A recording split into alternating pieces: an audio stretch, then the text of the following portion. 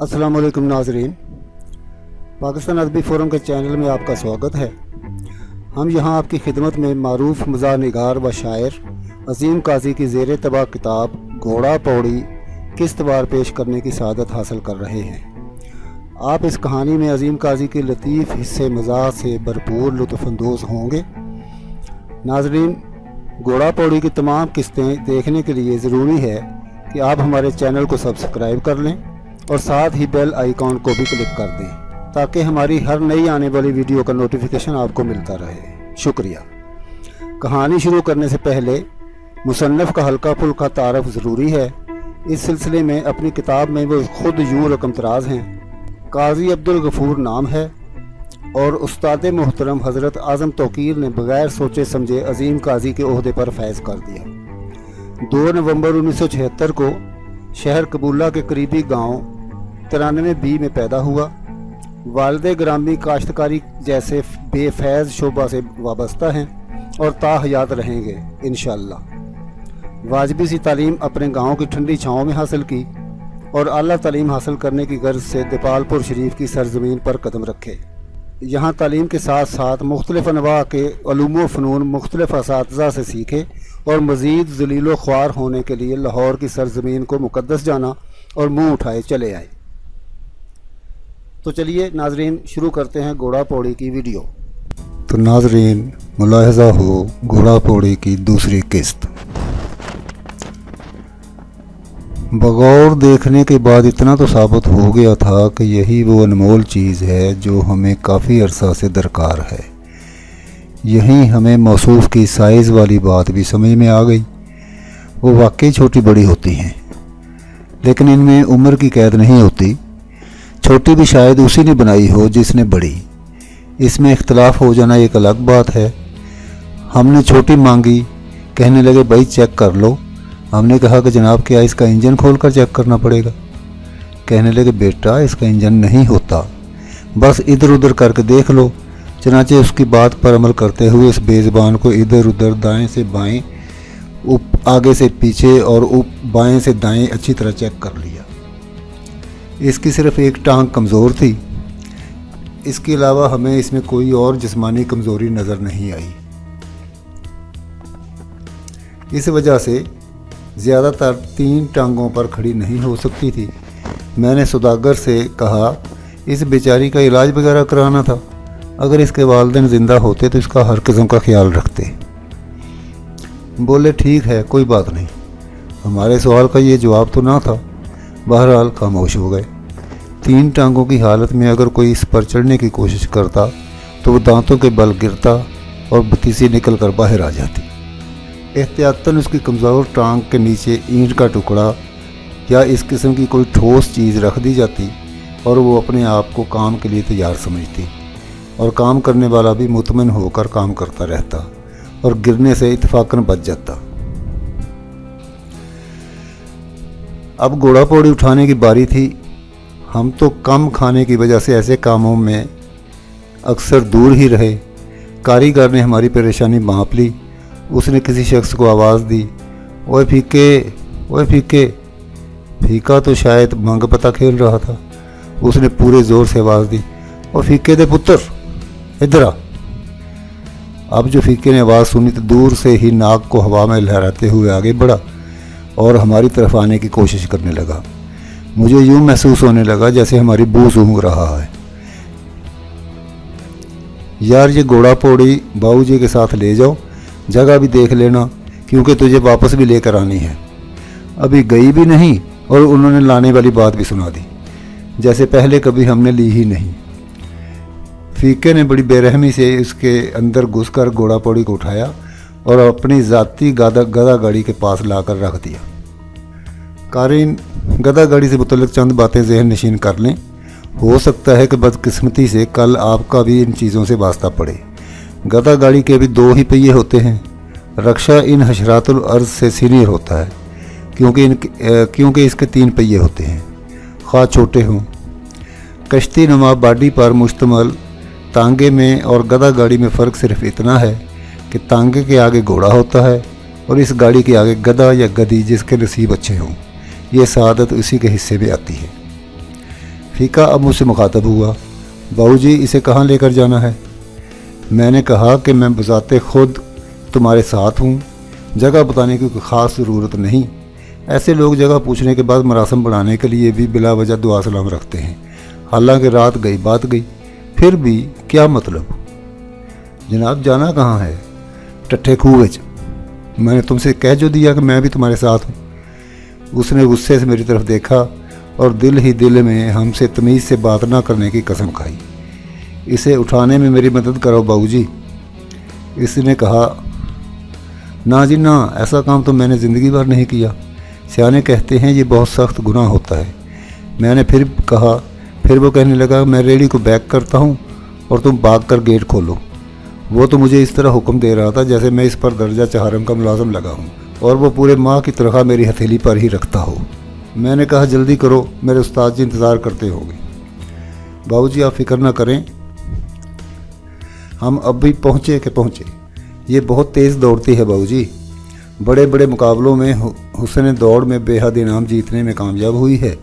ये कोई नत्थू फत्तू गधी नहीं है, अवार्ड याफ्ता गधी है जी, अवार्ड याफ्ता। बगैर कहे काम करती है। बड़े बड़े पढ़े लिखे और ग्रेजुएट शादीशुदा गधे इस पर रश्क करते हैं, मगर ये किसी को भी घास नहीं डालती। कहती है जवान, कमारे और जिसका किसी के साथ नाजायज़ ताल्लुक़ ना हो, सिगरेट और पान से मुबर्रा हो, ऐसे गधे से शादी रचाऊँगी और शादी के बाद रेड़ी छोड़कर घरेलू ज़िंदगी बसर करूँगी। गधी ने शादी के लिए जो खूबियाँ बयान की, वो तमाम की तमाम बल्कि इससे कहीं बढ़कर हम में पहले से ही कुदरती तौर पर मौजूद हैं, मगर बताना इसलिए मुनासिब नहीं समझा कहीं वो तमाम मसरूफियात छोड़कर रजामंद ना हो जाए। अब चलोगे भी या इसकी तारीफ़ें ही करते रहोगे? मैंने बेजार लहजे में कहा। कहने लगा, बाबूजी और तो और इसकी वालदा मरहूमा के बड़े चर्चे थे। अब मैं उकता चुका था। भाई इसे चलाओ। रुकिए जनाब, मैं छांटा लेकर अभी आया। वहाँ मेज़ पर भूल आया हूँ। क्या मतलब? बाबूजी इसकी तेज़ी के लिए नहायत ज़रूरी आला होता है जिसे छांटा कहते हैं। यही वो हथियार है जिसे देखकर ये सर पर पाँव रखकर दौड़ती है। हम समझे शायद रिमोट कंट्रोल किस्म की कोई चीज़ होगी जिससे कोई गर्म हवा निकलती होगी जो इसकी नफ्सियात को मुतासर किए बगैर तेज़ दौड़ने पर मजबूर करती है। सियाने सच ही कहते हैं कि छांटा मोतदल होता है। मेरा मतलब आप समझ गए होंगे। गर्मियों में सर्द हवा बिल्कुल इस एसी जैसी ठंडी और सर्दियों में हीटर की सी गर्म हवा छोड़ता नज़र आता है। गधी की तो मौजें होंगी। हमसे बेहतर तो ये गधे हजरात हैं जो सुकून से ऐशो इशरत की ज़िंदगी गुजार रहे हैं। हमें छांटे पर कोई इतराज़ नहीं था, मगर दिल में ख्याल आया, काश तुम्हारे लिए भी कोई छांटा होता। मेरा इशारा फीके की तरफ था। खैर मैंने कहा, जल्दी करो, बहुत देर हो गई है। अभी आया जनाब। उसने 15-20 मिनट इसी काम में ज़ाया कर दिए। वो वापस आया तो इसके हाथ में बांस की एक बारीक सी सोटी जिसके आगे लेदर या चमड़े की बारीक सी धागा नुमा कोई चीज़ लगी हुई थी हमें नजर आई। हम समझ गए यही वो छांटा है। उसने आते ही कहा, चलो जी बैठे बाबूजी। हम दोनों गधा गाड़ी पर, जो असल में गधी गाड़ी थी, सवार हो गए। हमारा उस पर बैठना ही था कि गधी की हंसी निकल गई या उसने गुस्से का इजहार किया। हम समझ ना पाए कि असल मामला क्या है। गधी ने पिछली दोनों टांगें, जो कि अगली टांगों से कदरे मजबूत दिखाई देती थीं, रेड़ी के पिछले हिस्से पर दे मारी। हम समझे ये शायद इसकी चाल का एक स्टाइल है या फिर इस बुज़ुर्ग को सल्यूट मारा है जो कि शुक्रिया मुझे सैर पर जाने का मौका दिया। इस गाड़ी का ड्राइवर, जिसका नाम फीका था, नाज़रीन व सामीन, यही नाम का भी कामयाबी की ज़मानत है। बार बार नाम बताना अच्छी बात नहीं। फीके ने पहले एक पाँव रखा और फिर दूसरा साथ ही अपनी बारी भरकम जिस्म इस बेज़बान के कंधों पर दे मारा।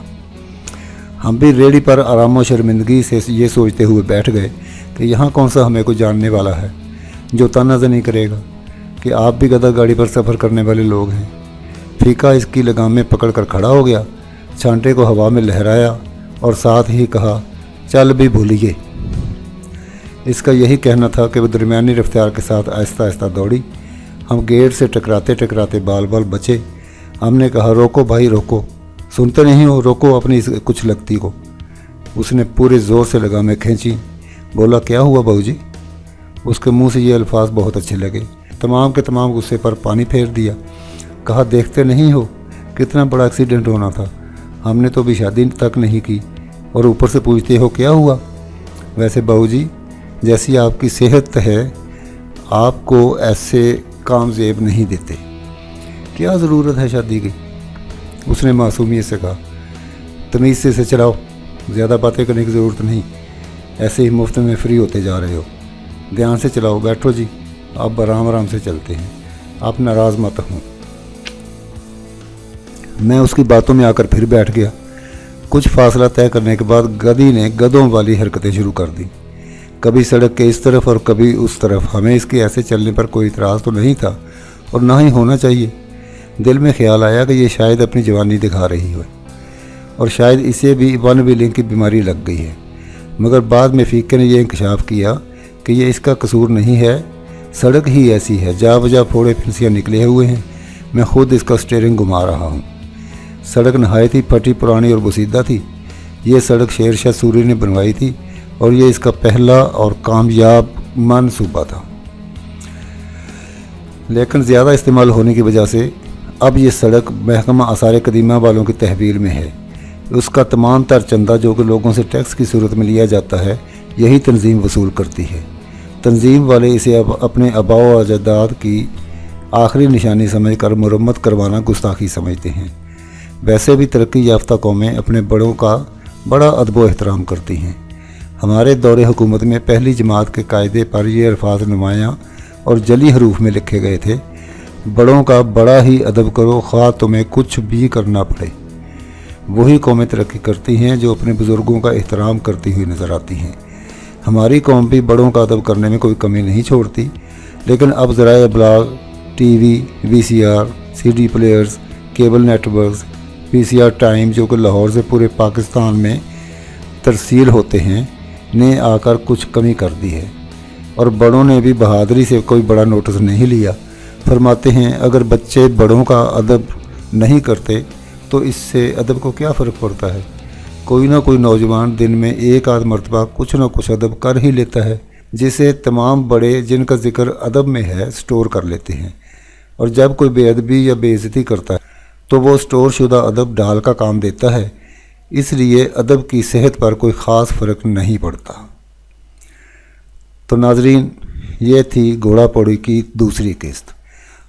मिलते हैं बहुत जल्द इसकी अगली किस्त यानी किस्त नंबर 3 के साथ। तब तक के लिए इजाज़त। अल्लाह हाफिज़।